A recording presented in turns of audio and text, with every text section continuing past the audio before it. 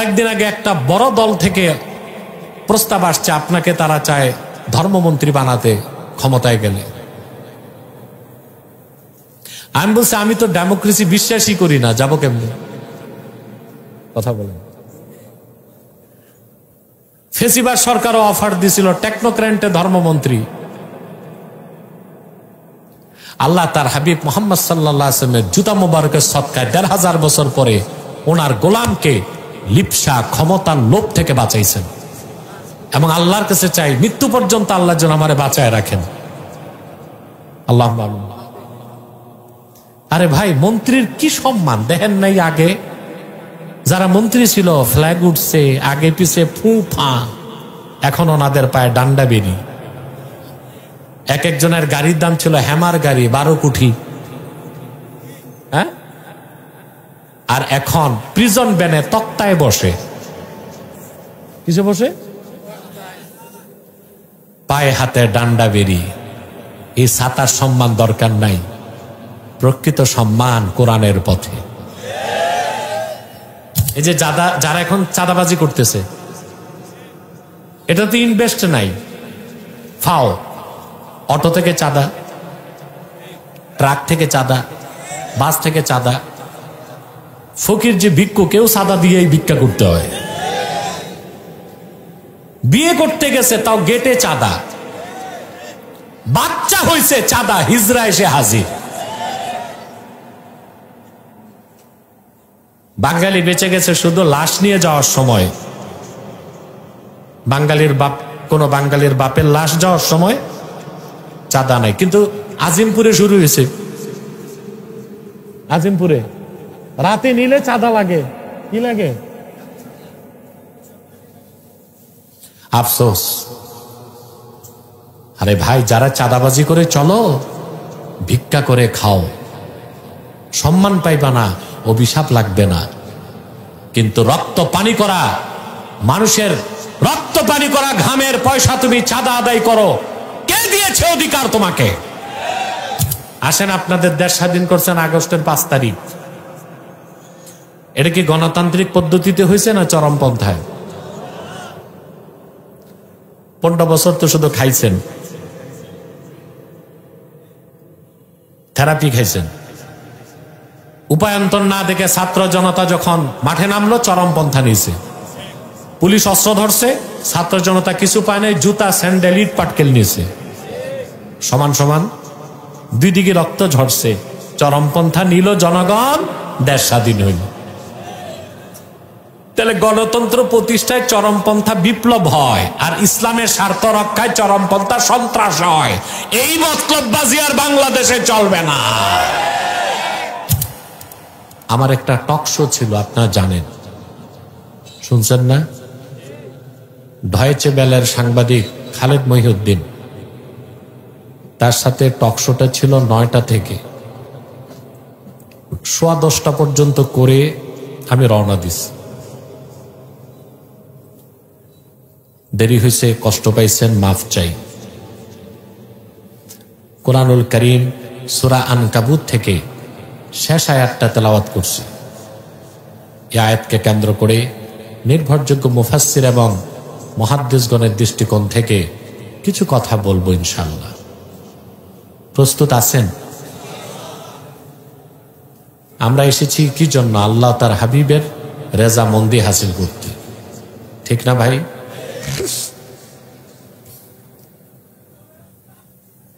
এগুলো কি মানুষ নাকি যেগুলো ডিস্টার্ব করতেছে? এটা কি মাহফিলের পরিবেশ নাকি? দোকানগুলো সব উঠায় দেন, আর দোকান লাগবে না, সব দোকান বন্ধ করেন। যে আমাকে পরিবেশ দিতে না পারেন, আমি কিন্তু এখন নেমে যাব। আর যারা দাঁড়িয়ে আছেন, বসেন। সভ্যতা, ভদ্রতা, আদব বলে কিছু যদি নাই জানেন, তো প্রতি বছর এসে ওয়াজ শোনায় লাভ কি আপনাদের?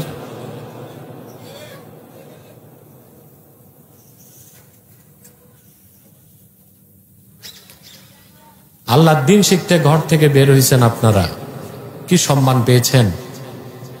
ফেরেশতার পাখার উপর পা রেখে হেঁটে হেঁটে এসেছেন।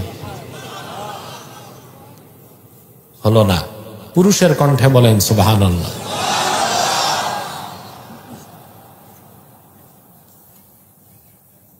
আকাশে জমিনে সব জায়গায় আপনাদের জন্য দোয়া চলতেছে।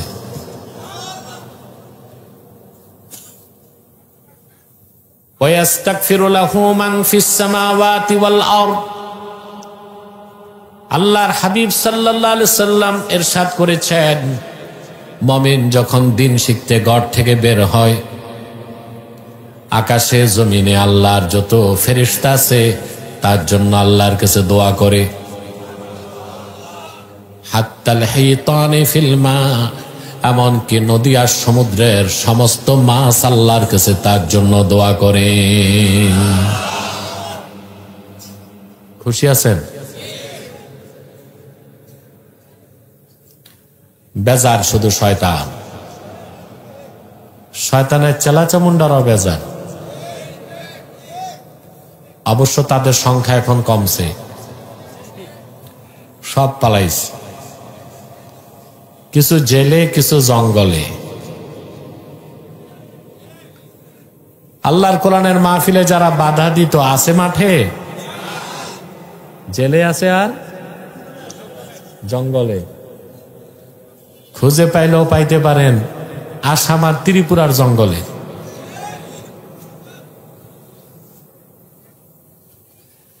কাঁটাতারের বেড়া দিয়ে উকি ঝুঁকি দেয় মাঝে মধ্যে, সোনার বাংলা কেমন আছে দেখে সব ঠিক আছে, ওরাই নাই, ঠিক না? পরাজিত শক্তি থেকে বিজয় শক্তিকে সবক নিতে হবে। বাংলার মাটি ইসলামের ঘাঁটি, বাংলার মাটি আল কোরআনের ঘাঁটি, আলেম ওলামার দেশ, সোনার বাংলাদেশ। কোরআন হাদিস ইসলাম আলেম ওলামাকে চ্যালেঞ্জ করে বিগত কালেও কেউ ক্ষমতায়ের মসনদে থাকতে পারে নাই, আগামীতেও কেউ থাকতে পারবে না ইনশাআল্লাহ। পারবে? পরাজিত শক্তি থেকে বিজয়ী শক্তিকে এই শিক্ষা নিতে হবে, ঠিক না? গভীর রাত আমি এই আয়াতের ব্যাখ্যাটা করে মুনাজাত করে দেব ইনশাআল্লাহ। শয়তান পারবে না তো? শয়তান ধোঁকা দিতে পারবে? সেজন্য নেক নিয়ত করতে হবে। আমরা নিয়ত করছি কিছুক্ষণ পরে আজকের মুনাজাত করে গুনাহ মাফ করে নিষ্পাপ বেহেশতে আল্লাহওয়ালা হয়ে বাড়ি যেতে চাই। কারা কারা হাত তুলে আল্লাহকে দেখো।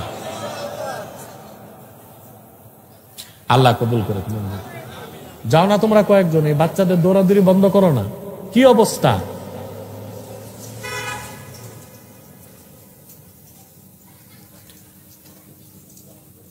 কেউ দাঁড়িয়ে থাকবেন না, ওই যে মৌলবী সাহেবরা দাঁড়ায় আছে বসতে দেন। ভাব সাহেব এরকম খান বাহাদুর আহসানুল্লাহ নাতিপুতি, শরম পায় বসতে। বসান, সব বসায় দেন। একটা মাহফিলকে কিভাবে সুন্দর করতে হয় তাও কি শিখাতে হবে? মাহফিলের পরিবেশ যত সুন্দর হবে, কবর জীবন তত সুন্দর হবে। আসুন তেলাওয়াতের মাধ্যমে মূল আলোচনায় প্রবেশ করছি। মাইকের আওয়াজ কানে লাগবে না, ঘুরাও, পিছনে হরেন বাজবে, কানে না লাগে।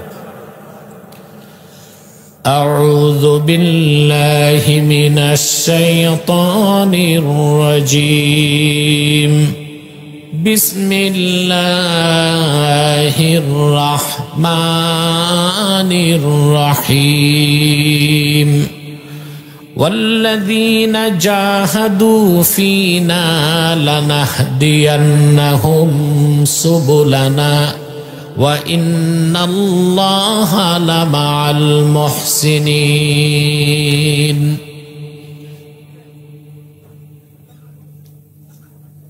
আল্লাহ তাআলা বলেন ওয়াল্লাযীনা জাহাদু ফিনা,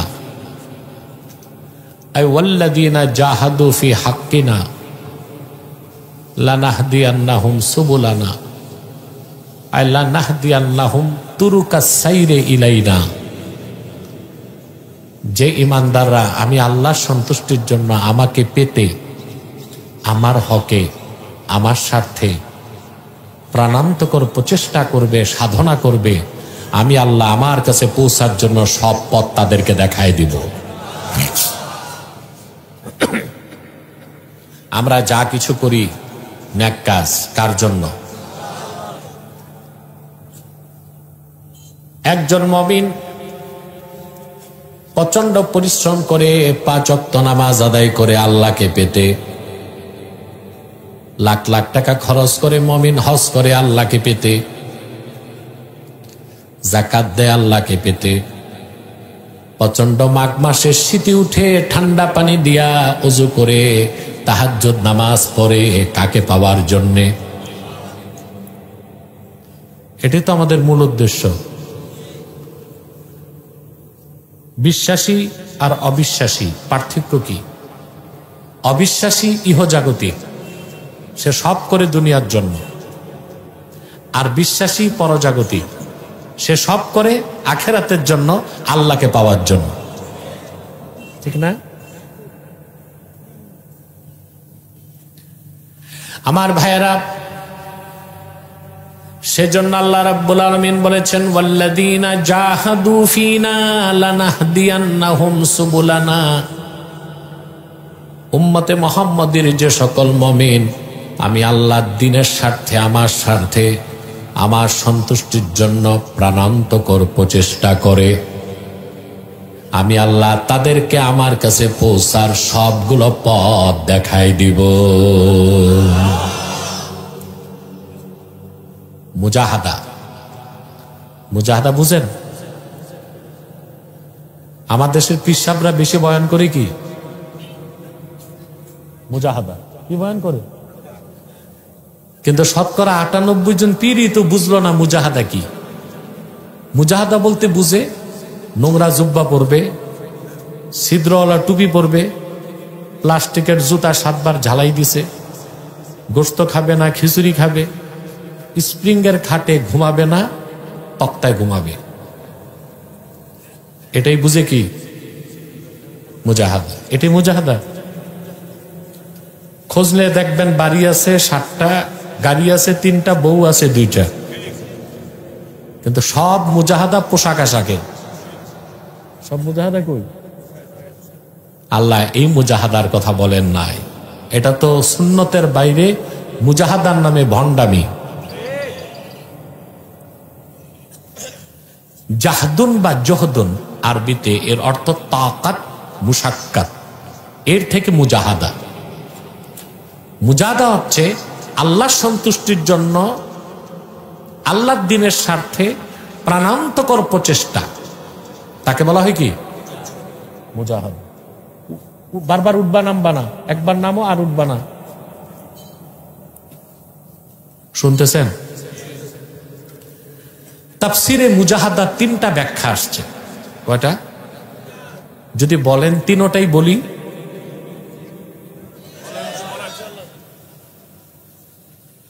মুজাহাদার প্রথম ব্যাখ্যা হচ্ছে, ইমামে কুরতুবী তাফসির কুরতুবীতে লেখেন, নাসরুদ্দিন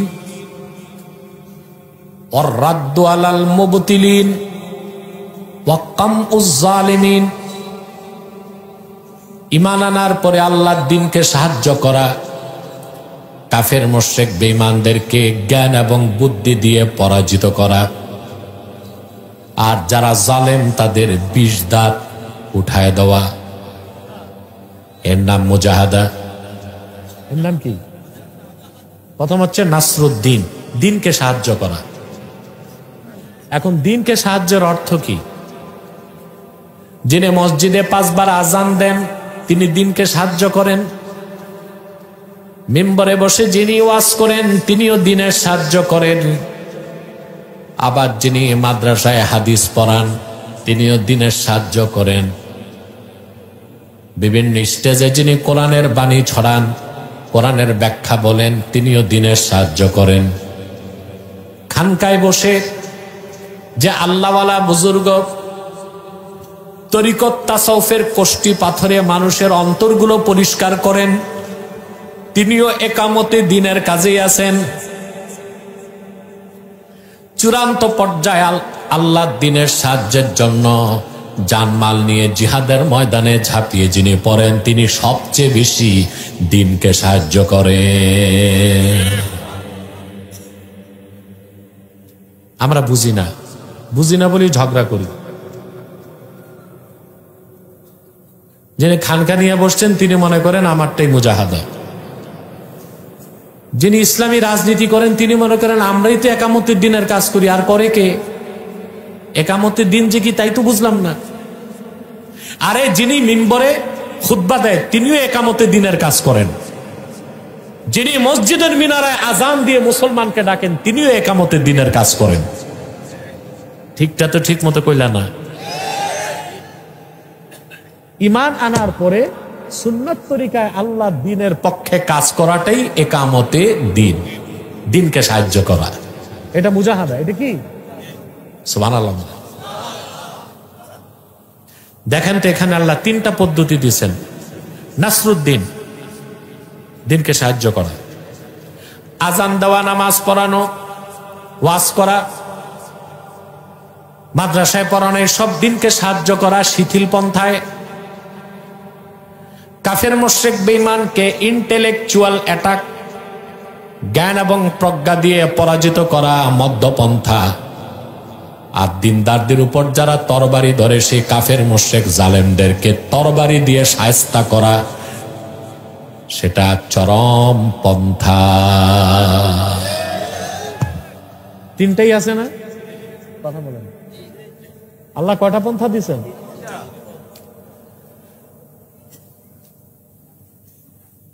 তোমরা দুইজন যাও, যে বাইরে দোকানটায় হইছে হচ্ছে ওটা বন্ধ করে আস, যাও।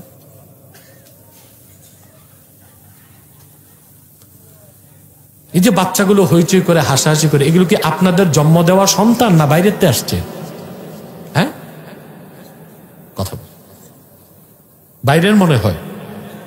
আমার মনে হয় গারমোরার গুলো এত বেদব না, এগুলো আদব তমিজ দেখছি। আমি আজকের থেকে আসি এই এলাকায়, আমার পরদাদা আসছে, দাদা আসছে, বাবা আসছে, আমি আসি আজকে 20 বছর হয়ে গেছে। এগুলো বাইরের থেকে আসছে মনে হয়।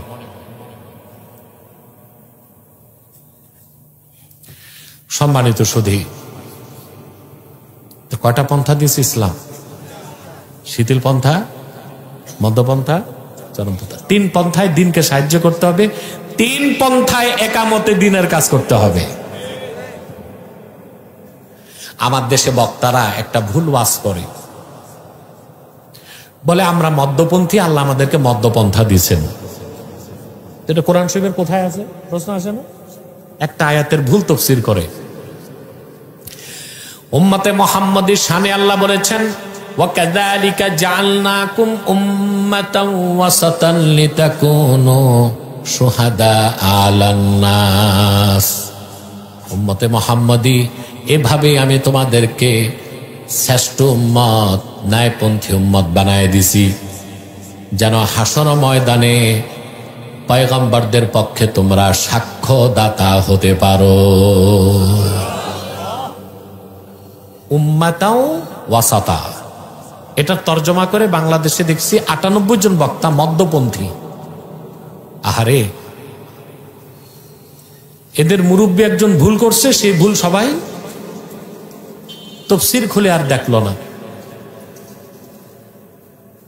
সবগুলো তাফসীরে এসেছে এই আয়াতের ব্যাখ্যায়, ওয়াকাযালিকা জাআলনাকুম উম্মাতাও ওয়াসাতা, আই উম্মাতান খিয়ারাও ওয়া আদলা। আমি তোমাদেরকে শ্রেষ্ঠ উম্মত বানায় দিছি, ন্যায়পন্থী উম্মত বানায় দিছি। না মধ্যপন্থী? ন্যায়পন্থী। মধ্যপন্থী বলার মানি মাঝামাঝি থাকবেন। জিহাদকে বাদ দিতে হবে, বিপ্লব সংগ্রামকে বাদ দিতে হবে, কারণ জিহাদ আর বিপ্লব চরমপন্থা। এজন্য বলে আমরা মধ্যপন্থী। পিঠ বাঁচানোর বুদ্ধি। কি বাঁচানোর বুদ্ধি? আরে ভাই, যেই আয়াতুত তাফসীর হাদিসে আসছে ওটা তো আর অন্য তাফসীর দেখার দরকারই নেই। আল্লাহর হাবিব সাল্লাল্লাহু আলাইহি ওয়াসাল্লামের হাদিস বর্ণনা করেছেন আবু সাঈদ খুদরি রাদিয়াল্লাহু তাআলা আনহু, সুনান তিরমিজিতে ওয়া কাযালিকা জাআলনাকুম উম্মাতাও ওয়াসাতা আই খিয়ারাও ওয়া আদলা। সুনান তিরমিজির হাদিসেই ব্যাখ্যা এসেছে, উম্মতে মুহাম্মদীকে আল্লাহ বানায় দিয়েছেন শ্রেষ্ঠ উম্মত, ন্যায়পন্থী উম্মত। কেন? তারা হাসরে হবে সাক্ষ্যদাতা। আদম থেকে ঈসা পর্যন্ত 1 লক্ষের উপর নবীর উম্মতেরা নবীগণের বিরুদ্ধে আল্লাহর কাছে মিথ্যা অভিযোগ দিবে। নবীগণ তখন আল্লাহর কাছে বলবেন, আল্লাহ আমরা যথাযথভাবে দাওয়াত পৌঁছায় দিছি। আল্লাহ বলবেন, তোমাদের পক্ষে সাক্ষ্যদাতা আছে নাকি? আদম থেকে ঈসা লাখের উপর পয়গম্বর বলবেন, আখিরি নবী মুহাম্মদ সাল্লাল্লাহু আলাইহি সাল্লামের উম্মত, উম্মতে মুহাম্মদী আমাদের পক্ষে সাক্ষ্য দিবে। আমরা সাক্ষ্য দিব, ইয়া আল্লাহ পয়গম্বর মুসা দাওয়াত পৌঁছাইছে, আল্লাহ পয়গম্বর ঈসা দাওয়াত পৌঁছাইছে, আল্লাহ ইব্রাহিম পয়গম্বর দাওয়াত পৌঁছাইছে। আল্লাহু আকবার কবীরা। আল্লাহর বিচার হাসরে 100% ট্রান্সপারেন্সির সাথে হবে। উম্মত দ্বারাই বলবে, আল্লাহ উম্মতে মুহাম্মদী আসছে আমাদের পরে, তো ওরা জানছে কেন? যুক্তি দেওয়া, আর্গুমেন্টের সুযোগ থাকবে। আমরা জবাব দেব, আল্লাহ আখিরি নবী মুহাম্মদ সাল্লাল্লাহু আলাইহি সাল্লামের উপর অবতীর্ণ কোরআনে আমরা জানতে পেরেছি, কোরআন থেকে তোমার আখিরি নবী মুহাম্মদ সাল্লাল্লাহু আলাইহি সাল্লামের উপর অবতীর্ণ কোরআন আমরা বিশ্বাস করেছিলাম। সেই কোরআনে তুমি বলে দিয়েছিলা তোমার পক্ষ থেকে আদম থেকে ঈসা পর্যন্ত সব নবী আমানতের সাথে দাওয়াত পৌঁছেছেন। আল্লাহ বলবেন, আমি আমার হাবিব মুহাম্মদ সাল্লাল্লাহু আলাইহি সাল্লামের উম্মতে মুহাম্মদীর সাক্ষ্য গ্রহণ করলাম। পয়গম্বরগণের চেহারা খুশিতে সমুজ্জ্বল হয়ে যাবে। আমরা সাক্ষ্যদাতা হব। কি হব? সাক্ষ্য দেবার সাথে কি মধ্যপন্থার সম্পর্ক না ন্যায়পন্থা? জাস্টিস, ন্যায় বিচার। তা তর্জমা কি হবে? আমরা মধ্যপন্থী না ন্যায়পন্থী? কি পরিমাণ ভুল ওয়াজ বাংলাদেশে চলে। আরে ভাই, বাংলাদেশে 2 কাজে পড়ালেখা লাগে না, এক বক্তা হইতে আর পীর হইতে। পড়াশোনা একদম লাগে না। আল্লাহ মাফ করুক। পৃথিবীর কোথাও এটা নাই, এটি উপমহাদেশে। গলা যা সুন্দর সে হয় বক্তা, চেহারা যা সুন্দর সে হয় পিসাব। এই চলতেছে না দেশে। আমি একটু ক্লান্ত, এই জন্য আস্তে কথা বলতেছি। আমার ওই 2 দিন আগে প্রোগ্রাম ছিল, দিনে মেঘনায়, রাতে রংপুর হারাগাছ, দেখছেন তো? কালকে দিনে চট্টগ্রাম, আজকে এসে বাসায় পড়ছি তো সকাল 10টায়, রাতে টকশো, তারপর আপনাদের এখানে আসছি। ক্লান্ত তো, আস্তে আস্তে কথা বলি, শুনতেছেন তো? বেকআপ তো আপনারা দিবেন, কি বলেন? তা আল্লাহ কয়টা পন্থা দিছেন? শিথিল, মধ্যম, চরম। শুধু ইসলামের স্বার্থে চরমপন্থায় সন্ত্রাস হয় নাকি? আর গণতন্ত্র প্রতিষ্ঠায় চরমপন্থা বিপ্লব হয়। ইসলামের পক্ষে কি হয়? আর গণতন্ত্র প্রতিষ্ঠায় ওটার নাম দিয়েছে বিপ্লব।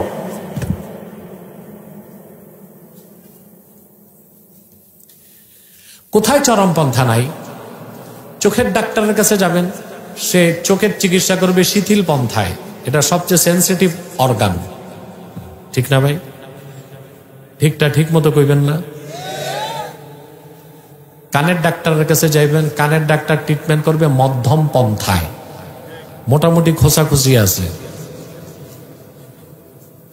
আর দাঁতের ডাক্তার চরম পন্থা। এখন দাঁতের ডাক্তার যদি চোখের ডাক্তারের পন্থা নেয়, শিথিল পন্থা, একটা দাঁতও খুলতে পারবে? প্রথমে তো এত বড় ইনজেকশন, কে বলবো, লজ্জার কথা। আমি এখনো ভয় পাই ইনজেকশন দেখলে। তারপর সারাশির মতো একটা ঢুকায়া, এটা কি শিথিল পন্থা না এক্সট্রিম ওয়ে, চরম পন্থা। এই পন্থায় দাঁতের ডাক্তার না গেলে একটা দাঁতও খুলতে পারবে না, নিজের দাঁত দিতে হবে। ঘুষা খাইয়া কথা বলেন। রাজনীতিতে কি চরমপন্থা নাই? আপনার বের হয়েছেন মিছিল নিয়ে, পুলিশ এসে কিন্তু প্রথমে শিথিল পন্থা ব্যারিকেড দিবে, দিয়া বলবে ভাই সব যা লাফান ওদিকে লাফান, সারাদিন লাফান, ব্যারিকেডটা ভাঙ্গেন না। এটা শিথিল পন্থা। জনগণ ব্যারিকেড দিছে ভাঙ্গা, পুলিশ যাবে মধ্যপন্থায়, লাঠি চার্জ। সমান সমান, জনগণও লাঠি নিয়েছে, পুলিশ যাবে চরম পন্থায়, শুট করবে। কথা বলে তো পুলিশ চরম পন্থায় গেল কিনা এটা কেউ সন্ত্রাস বলবে? কথা বলে না।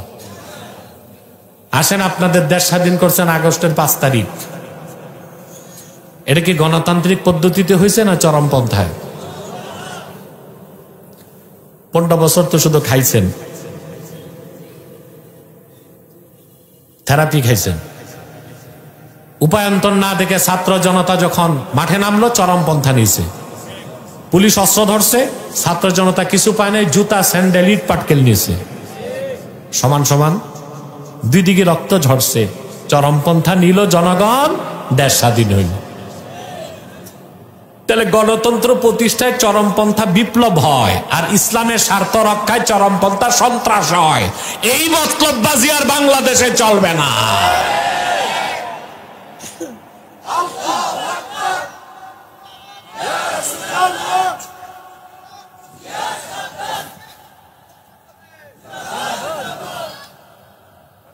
তাহলে আমার ভাইয়েরা, আল্লাহর দিনকে সাহায্য করার অর্থ কি? মসজিদে আজান দেওয়া, সেটাও দিনকে সাহায্য করা। মাদ্রাসায় পড়ানো, মিম্বরে খুতবা দেওয়া, ওয়াজের স্টেজে ওয়াজ করা, তরিকত তাসাউফের মাধ্যমে আত্মশুদ্ধির ব্যবস্থা করা, সবটাই দিনকে সাহায্য করা। চূড়ান্ত পর্যায়ে আপনি যখন দিনের স্বার্থে ময়দানে ঝাঁপায় পড়বেন, সেটা চূড়ান্ত দিনকে সাহায্য করা। সেটার আল্লাহ ভিন্ন নাম রাখছেন, সেটা মুজাহাদা না, সেটা জিহাদুন ফি সাবিলিল্লাহ। ওটার নাম কি? তখন আর মুজাহাদা বলা যাবে না, চূড়ান্তটা জিহাদ। সুবহানাল্লাহ। আল্লাহ পাক তার হাবিব নূর নবীজি মুহাম্মদ সাল্লাল্লাহু আলাইহি সাল্লামকে সূরা তাহরিমে বলেন, ইয়া আইয়ুহান নাবিয়্যু জাহিদিল কুফফারা ওয়াল মুনাফিকিনা ওয়াগলুজ আলাইহিম ওয়া মাআওয়াহুম জাহান্নাম ওয়া বিইসাল মাসির।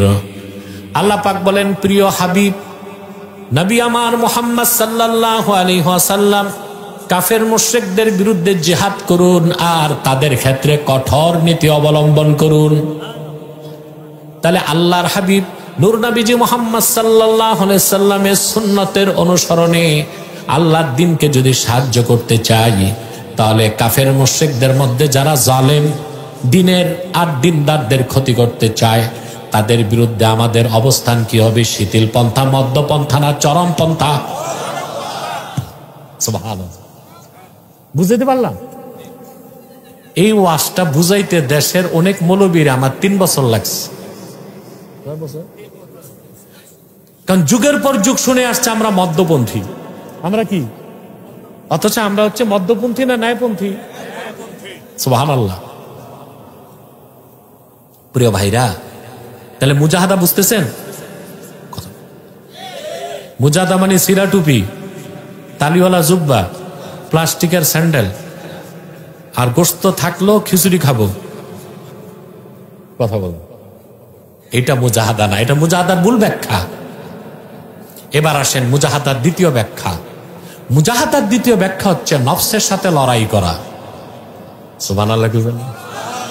নফসের সাথে, মানুষের নফস কত কিছু করতে চায়, নফস চায় মদ পান করতে, মুমিন মদ পান করে না। কার ভয়তে? নফস চায় জেনা করতে, মুমিন তা করে না। নফস চায় পরেরটা মেরে খেতে, চাঁদাবাজি, দাগাবাজি, টেন্ডারবাজি করতে। মুমিন নফসের সাথে লড়াই করে সেই কাজ করে না। কার ভয়তে?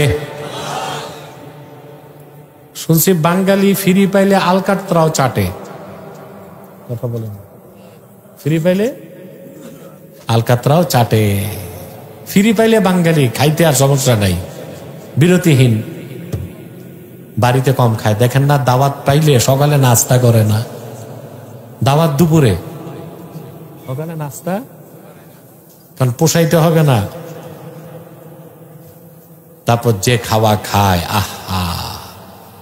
শুনছি এক খাদককে বন্ধু জিজ্ঞেস করছে, কি খাইলা? আজকে বেশি চলে নেই। তো কিরকম চললো? বলে এই 8টা রোস্ট, 6টা ব্রোস্ট, 6 প্লেট পোলাও, 3 বাটি গোশত, 17টা কবাব, 7 গ্লাস বোরহানি। শরীরটা আজকে ভালো না, তেমন চালাইতে পারিনি।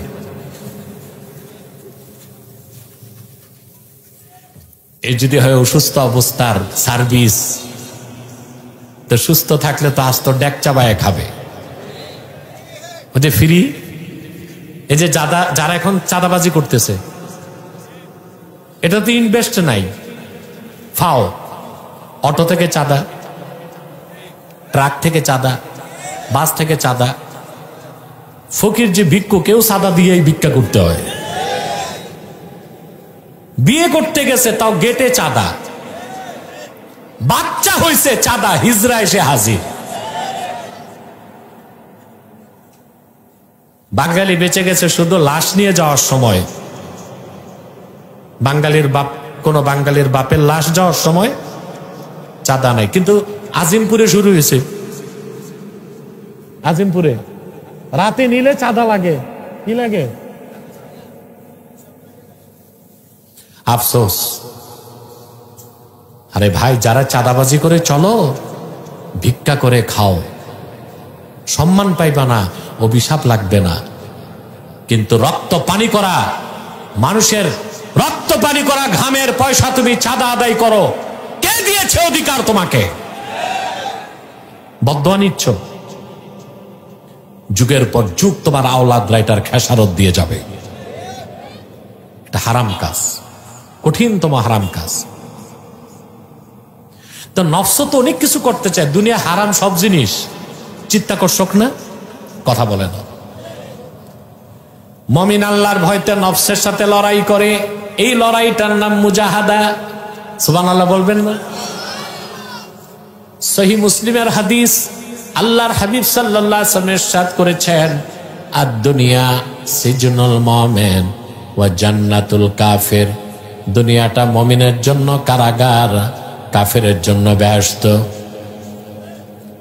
হাদিসটা বুঝতে পেরেছেন নাকি? জি না।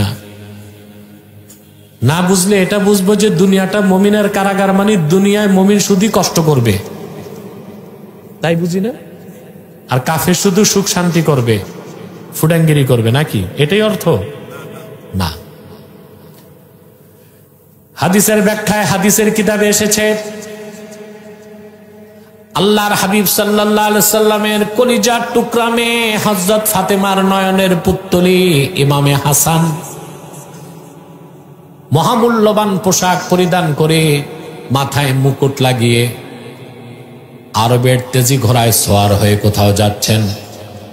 এক ইহুদি আলেম ইমামে হাসানের পথকে রোধ করে দাঁড়ায় গেল। ইমাম হাসান বললেন, কি চাও?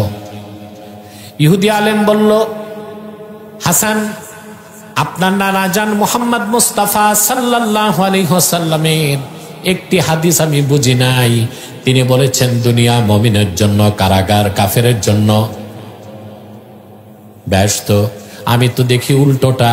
আপনি মুমিন, আপনার দামি পোশাক, দামি ঘোড়া, মাথায় মুকুট।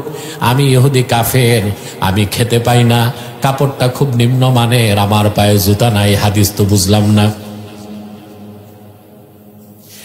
হযরত হাসান রাদিয়াল্লাহু তাআলা আনহু বললেন, রে ইহুদি, আমার নানা জান মুহাম্মদ সাল্লাল্লাহু আলাইহি ওয়াসাল্লামের হাদিস বুঝার মতো শাহী দিমাগ আল্লাহ তোমারে দেন নাই। ইমামে হাসান রাদিয়াল্লাহু তাআলা আনহু যে ব্যাখ্যা দিয়েছেন, আমি আমার ভাষায় তা বলতে চাই। দুনিয়াটা মুমিনের জন্য কারাগার, কাফেরের জন্য বেহেশত। অর্থটা কি দেখেন ভাই, অর্থটা হচ্ছে, আমি বুঝাই উদাহরণ দিয়ে। বাংলাদেশে যারা ডিভিশন পায় কারাগারে আছে না, মন্ত্রী, এমপি, শিল্পপতি, এরা কিন্তু ডিভিশন পায়। এখন যারা ঢুকছে ওরা পায় নাই, বেশি চুরি করছে তো ডিভিশন নাই। কথা বলে না। যার ডিভিশন পায় তারা দুইটা কামরা পায়, একটা কামরায় থাকে, আত্মীয় স্বজন গেলে একটা কামরায় দেখা করে, খাট পায়, যা খেতে চায় জেলার তাই খেতে দেয়, টেলিভিশন দেখে, পত্রিকা পড়ে, দুইজন খাদেম পায়, একজন কাপড় ধোয়, একজন খাবার দেয়। যে ডিভিশন পাইছে কারাগারে সুখে আছে না? একটা জিনিস নাই, তার স্বাধীনতা নাই। সে যদি জেলারকে বলে, স্যার গুলিস্তান স্টেডিয়ামে ক্রিকেট খেলা হচ্ছে, বিপিএল, 2 ঘন্টা টাইম দেন, আমি একটু দেখে আসি, সুখে আছে, স্বাধীনতা নাই। পক্ষান্তরে যে গুলিস্তান হকার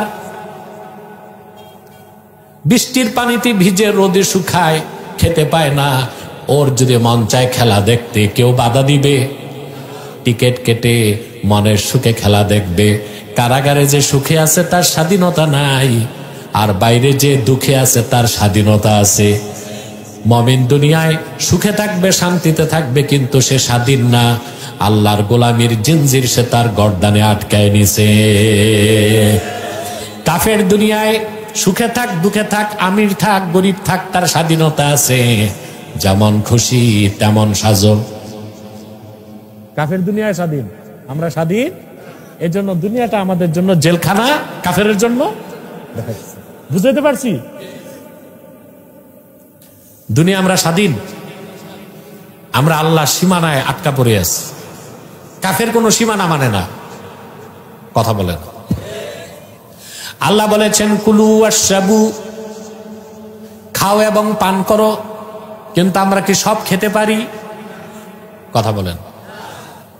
আরেক জায়গায় তিনি বর্ডার দিয়েছেন, কুলু মিম্মা ফিল আরদে হালালান তাইয়্যিবা, ভূপৃষ্ঠে যা কিছু হালাল আর পবিত্র তা খাও। কাফেরের কোনো সীমা নাই, ও সব খায়। গরু খায়, বকরি খায়, মাছ খায়, কুত্তাও খায়, শুয়োরও খায়, পোকা মাকড়, জোক, কেঁচো সব খায়। কথা বলেন। আমরা পান করি পানি, পবিত্র পানি, শরবত, জুস। কাফের ঢকঢক করে মদ পান করে। আমরা স্বাধীন না পরাধীন? পরাধীন। দুনিয়ায় শরীয়তের সীমানায় আটকা, কাফের স্বাধীন। আহারে, থাইল্যান্ড যারা গেছেন, থাইল্যান্ড যারা গেছেন দেখছেন কিনা জানি না, স্ট্রিট ফুড, থাইল্যান্ডে যে চাইনিজদের খাবার, হোটেলের সামনে দিয়ে গেলে আপনার বমি আসবে, এত দুর্গন্ধ। থাইল্যান্ডে স্ট্রিট ফুডে দেখা যায় চাইনিজরা আসছে, সাপ পছন্দ করছে, জ্যান্ত সাপ পছন্দ করছে, কেটে রক্ত ঝরাই দিছে, খাচ্ছে। ওয়াজ মাহফিলের সুবাদে বহুবার আমি সিঙ্গাপুর গেছি, আলহামদুলিল্লাহ। একবার ভক্তরা নিয়ে গেল ঘুরতে মেরিনা বেতে, সিঙ্গাপুর। খুব হাইফাই একটা শপিং মল, বুঝলেন তো। শপিং মলে যে এক দোকানে দেখি শত শত প্যাকেটে পোকা মাকড়, কীট পতঙ্গ শুকায়া প্যাকেট করে বিক্রি করতেছে। ভাবলাম এগুলো কি? দামও কম না, $100, $150, $250। তা আমি লোকজনকে জিজ্ঞেস করলাম এগুলো কি? বলে, হুজুর আমাদের দেশে যেমন মাছ শুটকি করে খাই, ওরা পোকা মাকড় কীট পতঙ্গ পিঁপড়া বিচ্ছু ঝ্যাঙ্গা এগুলো শুকায় খায়। এও কি মানুষের খানা? স্বাধীন, যা মন চায় তাই। চাইনিজদের ফেভারাইট ডেজার্ট হচ্ছে বানরের মাথার মগজ থেকে হয়। ছি ছি ছি, এও খায় না। তার মানে হচ্ছে সে স্বাধীন। আমরা খাও, পান করো, হালাল হতে হবে। আল্লাহ রাব্বুল আলামিন বলেছেন, ফানকিহু মা তাবা লাকুম মিনান নিসাই মাসনা ওয়া সুলাসা ওয়া রুবা ওয়া ইন খিফতুম আল্লা তা'দিলু ফাওয়াহিদা। তোমরা তোমাদের পছন্দের মেয়েদের বিয়ে করো, 2টা 3টা, পারলে লাগলে 4টা। সীমা দিয়ে দিলেন, ওয়ালা তাকরাবুজ জিনা, জিনার কাছেও যেও না। কাফেররা আবার জানা আছে, কাফেররা ইউরোপ আমেরিকায় অবাধে মহিলাদের কাছে যায়, আহা হা হা, কুত্তার কাছেও যায়। এই যে ট্রান্সজেন্ডার শুনছেন না, কথা বলেন, এটা কি? অবাধ যৌন স্বাধীনতা। ইউরোপ আমেরিকায় অনেক মেয়ে কুকুরের সাথে সহবাস করে।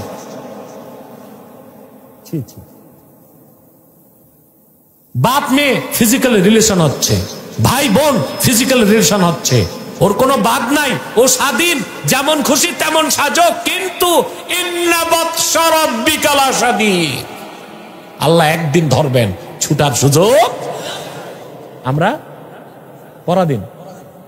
এই জন্য দুনিয়াটা মুমিনের জন্য কি? কারাগার, কাফেরের জন্য বেহেশত। ব্যাখ্যা বুঝছেন? তাহলে মুজাহাদার দ্বিতীয় অর্থ কি? নফসের সাথে লড়াই। নফসের সাথে লড়াই করা ভাই কম সাধনা না। নফসের সাথে সবাই লড়াই করতে পারে না, সবাই নামাজ পড়তে পারে, দাড়ি রাখতে পারে, জিকির করতে পারে, নফসের সাথে লড়াই করতে পারে না। সেজন্যই বাংলাদেশে দেখবা নামের আগে হাজি, নামের পরে গাজী, 5 ওয়াক্ত নামাজি, সুদও খায়, ঘুষও খায়, বিচার আচারে 2 দিক থেকে আকিস বিড়ির প্যাকেট ঢুকায়। নামাজ ঠিক আছে, রোজাও ঠিক আছে, কিন্তু ঘুষ খাওয়ার মজাটা, সুদ খাওয়ার মজাটা, তো লোকটা কি মুজাহাদা করছে? কথা বলেন, মুজাহাদা হচ্ছে হারাম কাজ মন চায়, আল্লাহর ভয়তে করব না, এটাই তো মুজাহাদা। আল্লাহ রাব্বুল আলামিন বলেন, ফাম্মা মান খাফা মাকাম রাব্বিহি ওয়া নাহান নাফসা আনিল হাওয়া ফাইনাল জান্নাতা হিয়াল মাওয়া। আমার যে বান্দা কিয়ামতের দিন আল্লাহর সামনে দাঁড়াবার ভয় অন্তরে পোষণ করলো, মন যা চাইলো তার থেকে নিজকে বিরত রাখলো, আখেরাতে আল্লাহর জান্নাত হবে তার বাড়ি। তাহলে মনের সাথে লড়াইটাও কি? কথা বলেন।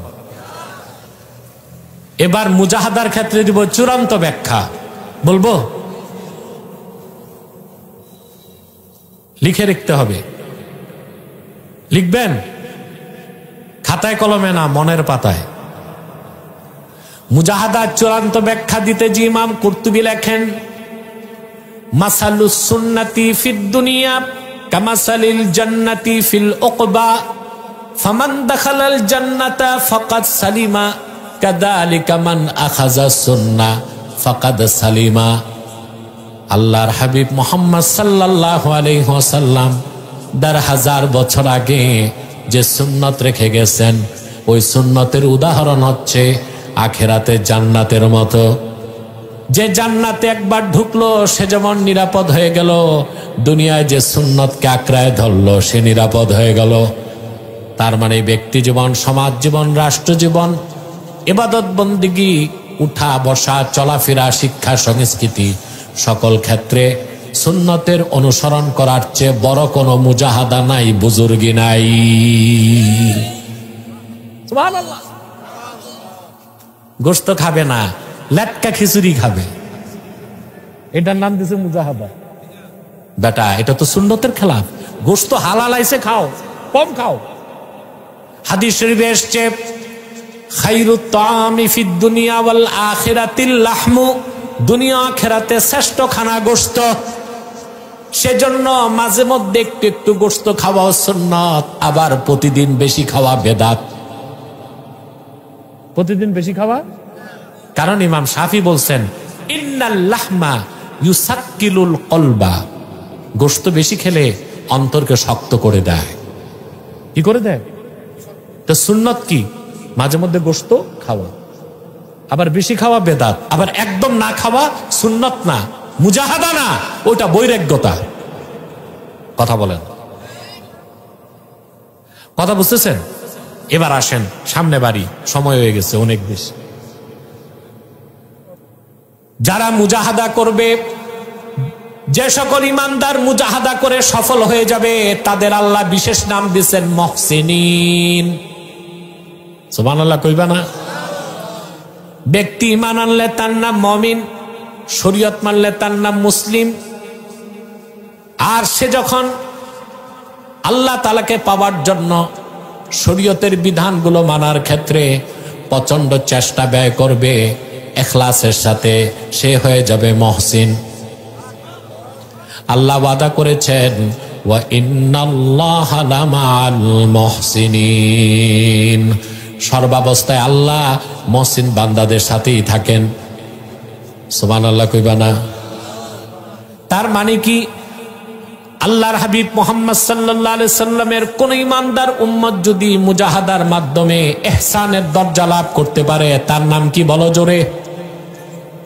মুহসিন। সেই মুহসিন বান্দাকে দুনিয়ায় আল্লাহ চারটা জিনিস দিবেন, আখিরাতে একটা দিবেন। দুনিয়ায় কয়টা? হাতে গণ। প্রথম রাহমাত, নুসরাত, ইজ্জত, কুওয়াত। আখিরাতে দিবেন বিনা হিসাবে জান্নাত। ও মিয়া লাগে কি আর? মুহসিনকে আল্লাহ কি দিবেন? ইজ্জত, রাহমাত, সম্মান দিবেন, রহমতের বৃষ্টি বর্ষণ করবেন। নুসরাত মানে সাহায্য করবেন, কুওয়াত মানে স্পিরিচুয়াল পাওয়ার, আধ্যাত্মিক শক্তি দান করবেন। বলেন সুবহানাল্লাহ। আর কিছু লাগে? কথা বলেন। কয়েকদিন আগে একটা বড় দল থেকে প্রস্তাব আসছে, আপনাকে তারা চায় ধর্মমন্ত্রী বানাতে ক্ষমতায় গেলে। আমি বলছি আমি তো ডেমোক্রেসি বিশ্বাসই করি না, যাবো কেমনে? কথা বলেন। ফেসিবাদ সরকারও অফার দিছিল টেকনোক্র্যাটে ধর্মমন্ত্রী। আল্লাহ তার হাবিব মুহাম্মদ সাল্লাল্লাহু আলাইহি ওয়াসাল্লামের জুতা মোবারকের সদকায় ১৫০০ বছর পরে ওনার গোলামকে লিপসা, ক্ষমতার লোভ থেকে বাঁচাইছেন। এবং আল্লাহর কাছে চাই মৃত্যু পর্যন্ত আল্লাহ যেন আমারে বাঁচায় রাখেন। আল্লাহুম্মা আমিন।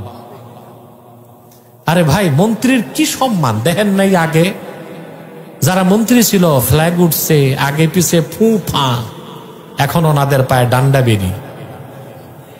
এক একজনের গাড়ির দাম ছিল হ্যামার গাড়ি 12 কোটি। হ্যাঁ, আর এখন প্রিজন ভ্যানে তক্তায় বসে। কিসে বসে? পায়ে হাতে ডান্ডা বেরি। এই ছাতার সম্মান দরকার নাই, প্রকৃত সম্মান কোরআনের পথে। ঠিক না? সুবহানাল্লাহ। মুহসিন হলে কয়টা জিনিস পাবেন? মুহসিন হতে কি লাগবে? মুজাহাদা। আলেমরা তো বুঝেনি, তাদেরকে জিজ্ঞেস করি কি লাগবে। মুজাহাদার ব্যাখ্যা পাইছেন না? জিটাও কইল না। আরে ভাই, তোমাদের মুখে কি ললিপপ না মূলা? কথা তো কইবা। রাত হয়ে গেছে না, তোমরাও ঘুমাইলে তো আমিও ঘুমাবো। মুহসিনতে কি লাগবে? মুজাহাদা। সুবহানাল্লাহ। দুনিয়া আল্লাহ কয়টা জিনিস দিবেন? রাহমাত, ইজ্জত, কুওয়াত, নুসরাত।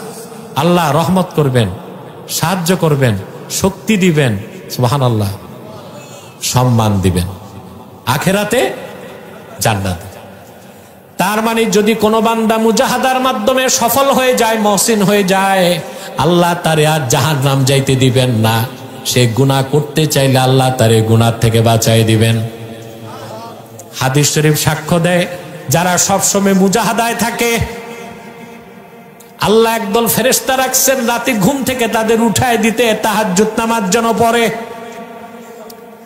আল্লাহ তাআলা রাতের শেষ রাতে একদল ফেরেশতাকে ডাক দিয়া বলেন, ফেরেশতারা, আমার যে বান্দারা তাহাজ্জুদ পড়ে ওদের চেহারা আমার দেখতে মন চায়, ওদের উঠায় দাও।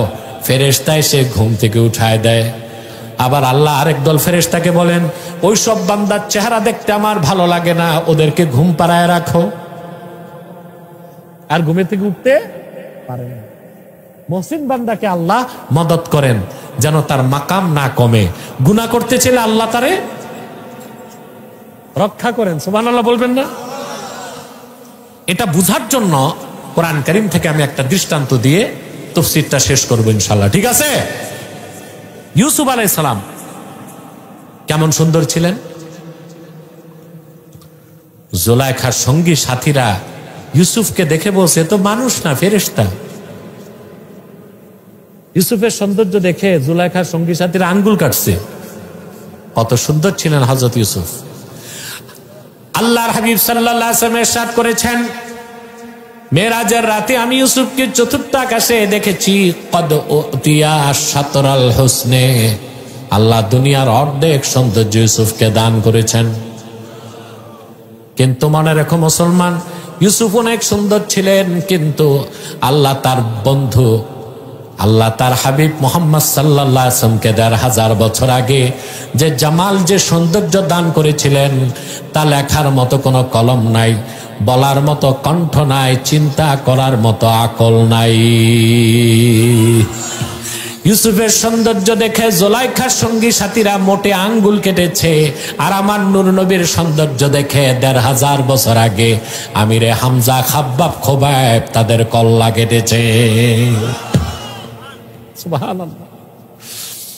আল্লাহ তাআলা তার হাবিব সাল্লাল্লাহু আলাইহি ওয়াসাল্লামকে কি রকম সৌন্দর্য দিয়েছিলেন ইমামে তিরমিজি শামাইলের মধ্যে বর্ণনা করেন। ১৪ নম্বর হাদিস, শামাইল তিরমিজি। ইযা তাকাল্লামা রুইয়া কান্নুর ইয়াখরুজু মিন বাইনি সানায়া। আল্লাহর হাবিব মুহাম্মদ সাল্লাল্লাহু আলাইহি সাল্লাম যখন কথা বলতেন বেহেশতি হাসি আসতেন। রাসূলুল্লাহ সাল্লাল্লাহু আলাইহি ওয়াসাল্লাম যখন বেহেশতি হাসি আসতেন, রাসূলুল্লাহ সাল্লাল্লাহু আলাইহি সাল্লামের 2 দাঁতের মাঝখান দিয়া নূর বেরিয়ে যেত। আমার নূর নবীজি কত সুন্দর ছিলেন। বুখারী শরীফ 2য় খণ্ড 910 পৃষ্ঠার হাদিস। আনাস বিন মালিক বলেন, আল্লাহর হাবিবকে দেখলাম দোয়াতে হাত উঠালেন।